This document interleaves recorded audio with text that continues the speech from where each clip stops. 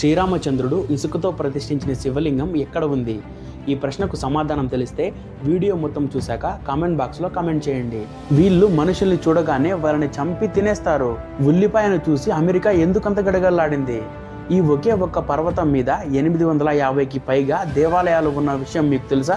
Friends, ఇలాంటి interesting and ఇన్ఫర్మేటివ్గా అనిపించే 5 నిజాలను నేను మీకు ఈరోజు చెప్తాను. వీడియో చాలా ఇన్ఫర్మేటివ్గా ఉంటుంది, స్కిప్ చేయకుండా మొత్తం చూసేయండి. గుజరాత్లో పాలితానా అనే ఒక నది ఒడ్డున ఒక పర్వతం ఉంది. ఆ పర్వతం పేరు Shatrunjaya.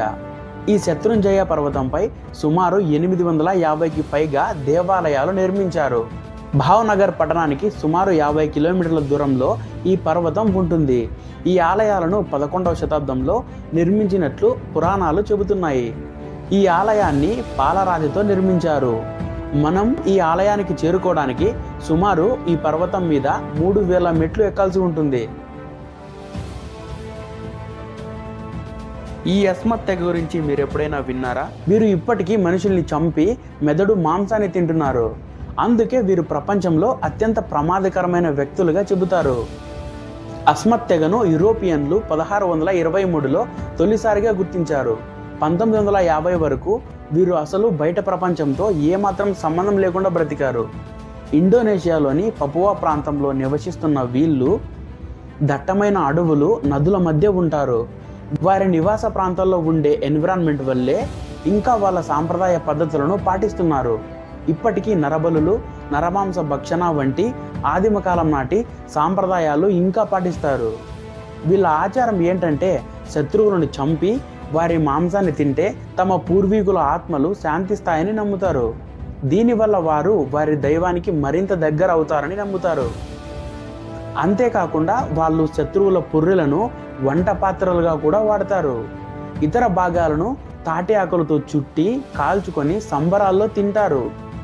1961లో New York governor Nelson rock ఫెల్లర్ 23 ఏళ్ల కుమారుడు మైకేల్ రాక్ ఫెల్లర్ సైతం వీరి చేతిలోనే హతమైనట్లు నమ్ముతారు.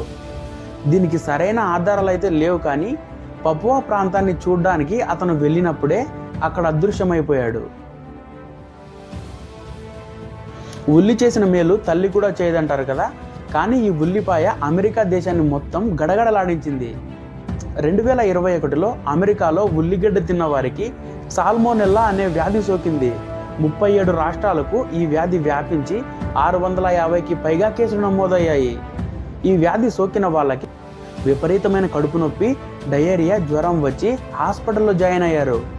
చిన్న పెద్ద అని తేడా లేకుండా అమెరికాలో అందరిది ఇదే పరిస్థితి. దీని అంతటికీ కారణం ఉల్లిగడ్డలో ఉన్న బ్యాక్టీరియాని కాలిఫోర్నియాకి చెందిన థామ్సన్ ఇంటర్నేషనల్ సంస్థ గుర్తించింది. ఉల్లిపాయలు తిన్న 6 గంటల్లోనే ఈ సాల్మోనెల్లా వ్యాధి సోకుతున్నట్లు గుర్తించారు. మెక్సికో నుంచి దిగుమతి చేసుకున్న ఉల్లిపాయల వలన ఇంత పెద్ద అనర్థం జరిగిందని అధికారులు గుర్తించారు. ఉల్లిపాయలు ఇంట్లో ఉంటే వాటిని వెంటనే తగలబెట్టాలని చెప్పారు.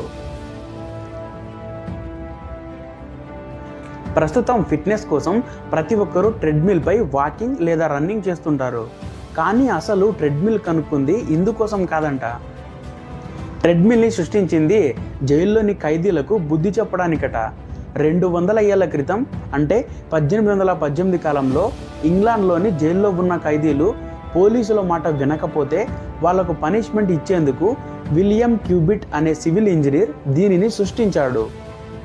భారీ ఆకారంలో ఉండే ఈ ట్రెడ్మిల్ను మొదటిలో ట్రేడ్ వీల్ అని పిలిచేవారు. 4 లేదా 5 వ్యక్తులు దానిపై నడిస్తే గానీ కదలని ట్రెడ్మిల్పై ఖైదీలను 6 నుంచి 8 గంటలు ఎండలో నడిపించేవారట. కానీ ఇప్పుడు మనం అరగంట ట్రెడ్మిల్పై వాకింగ్ చేసినా, పరిగెత్తినా కూడా అలసిపోతాం. ప్రపంచపటం నుంచి ఒక దేశం మరో 50 ఏళ్లలో కనుమరుగైపోతుందట. అదే ఫిజీకి ఉత్తరాన 1000 కిలోమీటర్ల దూరంలో ఉన్న పసిఫిక్ మహాసముద్రంలో ఉన్న తువాలు దేశం. ఈ దేశం 25 చదరపు కిలోమీటర్లు మాత్రమే ఉంటుంది. ఈ దేశం మన దేశంలో ఉన్న లక్షద్వీప్ యూనియన్ టెరిటరీ కన్నా చిన్నగానే ఉంటుంది. ఆ దేశంలో మొత్తం 11,900 మంది జనాభా మాత్రమే నివసిస్తున్నారు. ప్రతి సంవత్సరం అక్కడ గ్లోబల్ వార్మింగ్ వల్ల పర్యావరణంలో చాలా మార్పులు వస్తున్నాయి. సముద్ర జలాలు పెరిగిపోతున్నాయి. అందుకని మరో 50 ఏళ్లలో ఈ దేశం క్రమంగా సముద్రంలో మునిగిపోతుందని శాస్త్రవేత్తలు చెబుతున్నారు. ప్రతి సంవత్సరం 3700 మంది పర్యాటకులు తువాలు దేశాన్ని సందర్శిస్తారు.